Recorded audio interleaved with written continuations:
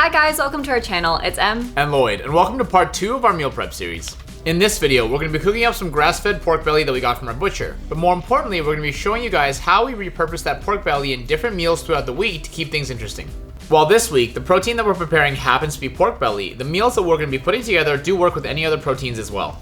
Cooking over protein in advance is super helpful for saving time during the week, but it can get boring eating the same thing over and over again. Now, we approach our meal prep a little differently than most people. Instead of cooking everything in one go and then boxing everything up to eat throughout the week, we cook our protein in advance with relatively neutral seasonings and then work them into different meals throughout the week. This still saves a ton of time because we have the protein prepared in advance, but it still lets us eat different meals throughout the week depending on what we feel like.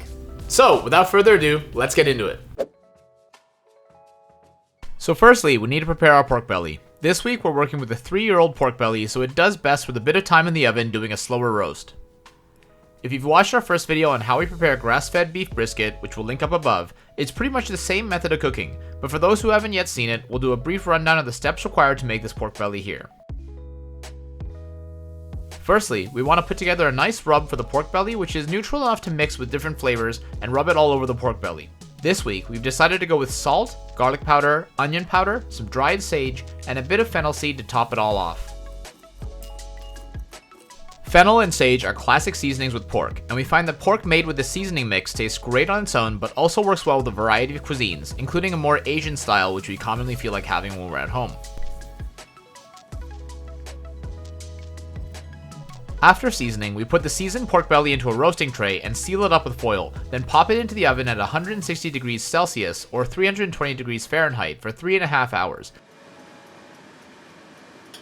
Then leave it uncovered in the oven for another 15 minutes at 200 degrees Celsius or 400 degrees Fahrenheit just to give it a bit of a sear on the outside. Finally, we remove our pork belly from the oven, cover it up again with the foil, and let it rest for at least an hour to let all the juices settle. And when it's done resting, we move it to the cutting board, save the remainder of the fat in the pan, and slice the pork belly up into thick slabs which we'll enjoy throughout the week. Next, we'll show you guys how we enjoy the pork belly, whether we're taking it into the office or eating it at home.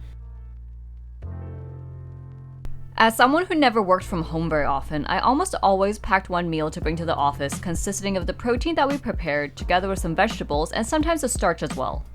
However, to keep things from getting repetitive, and also to keep things fresher since cooked vegetables don't store as well as cooked meat, we'll prep and cook vegetables twice a week, usually on Sundays and Wednesdays, and change them up each time. To save time, we don't typically choose vegetables that require peeling before cooking or which require more effort to chop up. We also generally avoid vegetables which have a very low yield after cooking, such as spinach.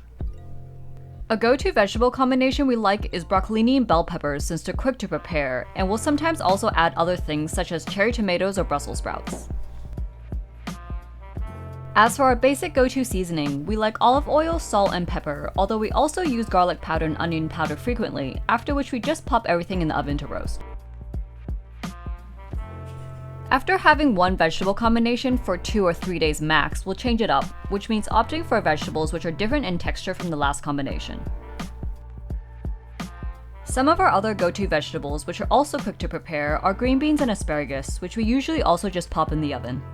Depending on what we feel like, we might also change up the seasoning for the vegetables or add toppings like grated Parmesan or lemon zest. Sometimes, if time allows, we'll add a starch such as baked sweet potatoes with the skins on as well. Generally speaking, however, Lloyd and I prefer to have meals which are higher in protein and fat and lower in carbohydrates while we're working. Alternatively, if we're tired of roasting our vegetables, all of these vegetables do equally well being sauteed or stir-fried instead, as you'll see later on in this video.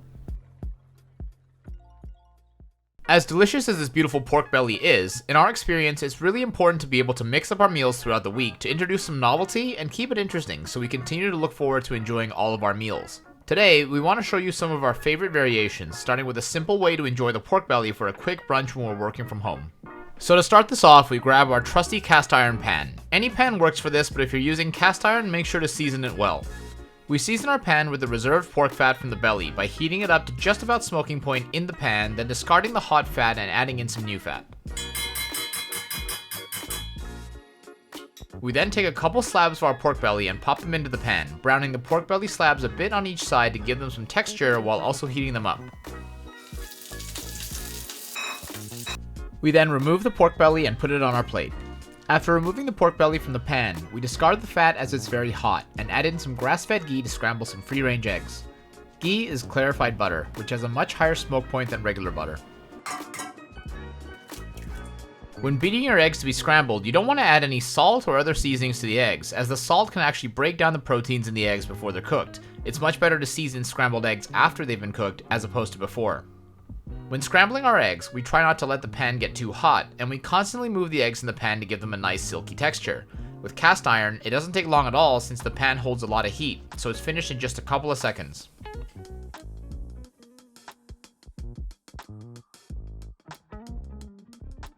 Make sure you also don't forget to season your eggs at the end with some flaky sea salt. If we're feeling a bit fancy, we'll finally chop some spring onions and throw them on top of the eggs. This is optional but adds a bit of color and a bit of flavor to the eggs. Finally, to finish this meal off, we top it off with a generous portion of kimchi. Normally, we keep a container of kimchi in the fridge, which is a convenient way to get some veggies into our diet, and in particular, we really like fermented veggies like kimchi, which contain a lot of probiotics. This meal is super easy and takes no longer than 5 to 7 minutes to make at home. It's great with hot sauce or some salsa, which we usually keep around in the fridge as well, and mixes things up a bit to keep things interesting. Next up, we occasionally like to do a little stir fry, which also takes very little time to do, particularly when the protein is already cooked. For our stir fry today, we're going to do it in a more Asian style and add a few of our favorite veggies in. Firstly, we finely chop a few cloves of garlic and 1 white onion.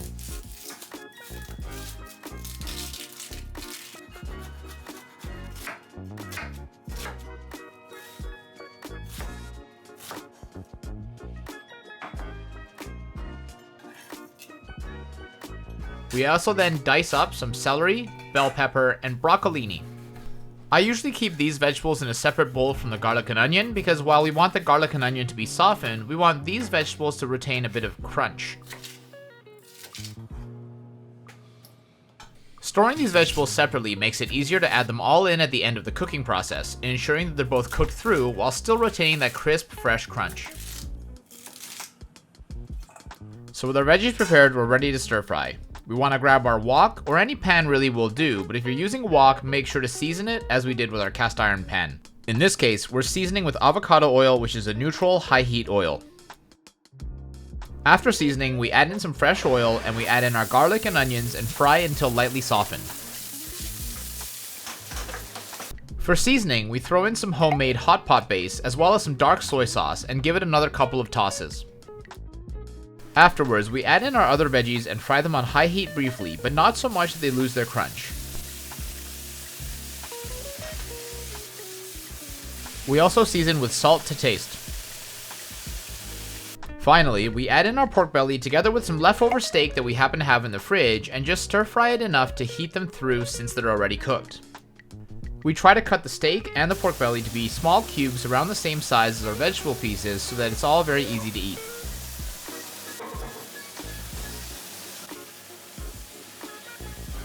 Finally, once the steak and pork belly are heated through, we remove it from the pan into a plate and get ready to serve.